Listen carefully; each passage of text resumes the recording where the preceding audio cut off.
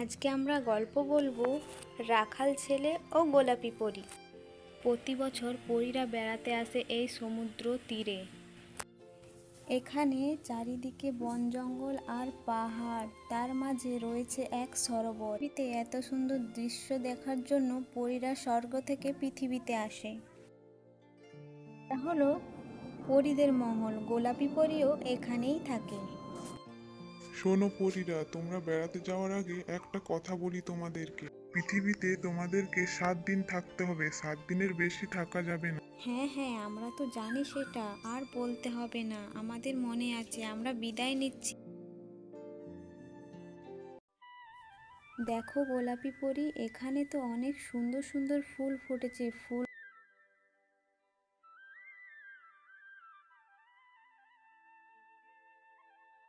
দেখো গোলাপি পরী, নীলপরী তুমিও দেখো, এত ঘন জঙ্গলে কে এত সুন্দর সুরে বাঁশি বাজাচ্ছে। হ্যাঁ, দেখো গোলাপি পরীর জন্য কোনো রাজকুমার হয়তো বাঁশি বাজাচ্ছে। যা বলেছ নীলপরী, অনেক ফাজলামি হয়েছে, এবারে চলো সমুদ্র তীরে যাওয়া যাক। এত সুন্দর এই সমুদ্রের তীরের জল, এই জলে স্নান করলে মনটা শান্তি হয়। স্বর্গ থেকে আসার সময় বাবা কি বলেছে তোমাদের মনে আছে তো? 7 দিনের বেশি কিন্তু থাকা যাবে না। 7 দিনের বেশি থাকলে মহলে আর ফিরতে পারবে না। এগুলো কি পরীদের ডানা এত সুন্দর? আমার মাথায় একটা বুদ্ধি এসেছে। আমি কোন ডানাটা নেব? গোলাপি পরীর ডানাটাই নেই। রাখাল ছেলে ডানাটা নিয়ে সেখান থেকে চলে গেল। যেখানে রাখালের গাভীগুলো ঘাস খাচ্ছিল সেখানে একটা গাছ ছিল, সেখানে গাছের ফাঁকে রেখে দিয়েছিল গোলাপি পরীর ডানাগুলো। পরীদের সঙ্গে একটু মজা করলাম। আমার তো সেরকম কেউ বন্ধু নেই, পরীরা যদি আমার বন্ধু হয় তাহলে ভালো হতো।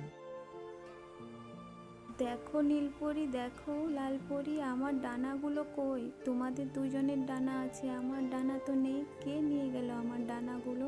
মিলে খুঁজো, ডানাগুলো কোথায় আছে? তোমরা এপাশে খোঁজো, আমি এপাশে খুঁজছি। আমার ডানাগুলো কে নিয়ে গেল? আমি তো আর মহলে ফিরতে পারবো না। গোলাপি পরি, 7 দিন তো হয়ে গেল, কিন্তু তোমার ডানা তো পাওয়া গেল না। আমরা এবারে চলি, তুমি সাবধানে থেকো গোলাপি পরি। আমার ডানাটা কে নিয়ে গেল? কে আমার এত বড় সর্বনাশ করলো? তার কখনোই ভালো হবে না, দেখে নিও। এদিকে রাখাল ছেলেও তার গাভীগুলো নিয়ে ঘরের দিকে রওনা দিল। রাখাল ছেলের কোনো খারাপ উদ্দেশ্য ছিল না পরীদের ডানাটা নিয়ে। রাখাল ছেলে ভাবতো পরীদের সঙ্গে একটু মজা করেই ডানাটা ফিরিয়ে দেব তাদেরকে, কিন্তু ডানাটা তো ওই জঙ্গলেই রয়ে গেছে। এ বাবা, যা! গোলাপি পরীর ডানাটা তো ফেরত দেওয়া হলো না, কি করবো এবারে আমি? না, ঘুরে যাই, পরীদের ডানাটা তো ফেরত দিতে হবে ওদেরকে। আমি কি কোনো ভুল করে ফেললাম? পরীদের সঙ্গে তো শুধু একটু মজাই করছিলাম, এত বড় ভুল হয়ে যাবে বলে আমি নিজেও ভাবতে পারিনি।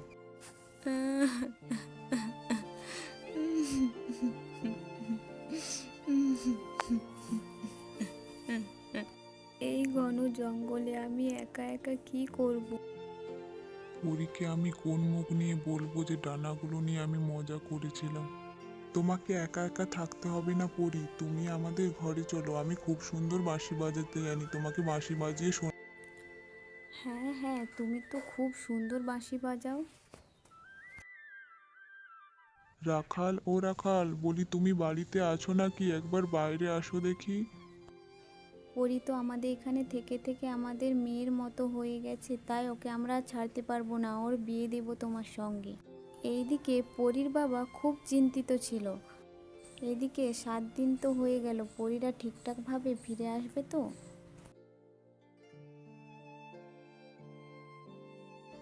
বাবা, গোলাপি পরী ওইখানেই রয়ে গেছে পৃথিবীতে, কারণ আমরা যখন সেখানে ডানাগুলো খুলে দিয়ে স্নান করতে নেমেছিলাম, তারপরে আমরা খুব মজা করলাম স্নান করতে করতে। তারপরে যখন স্নান করে আমরা ডাঙায় উঠেছিলাম, তখন দেখছিলাম যে পরীর ডানাগুলো নেই। গোলাপি পরী খুব চিন্তিত হয়ে আছে।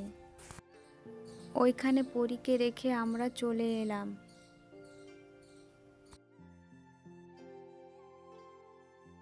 হ্যাঁ, সবই তো শুনলাম, কিন্তু কি করবে, আমাদের মহলের এটাই তো নিয়ম, 7 দিনের বেশি থাকা যাবে না পৃথিবীতে।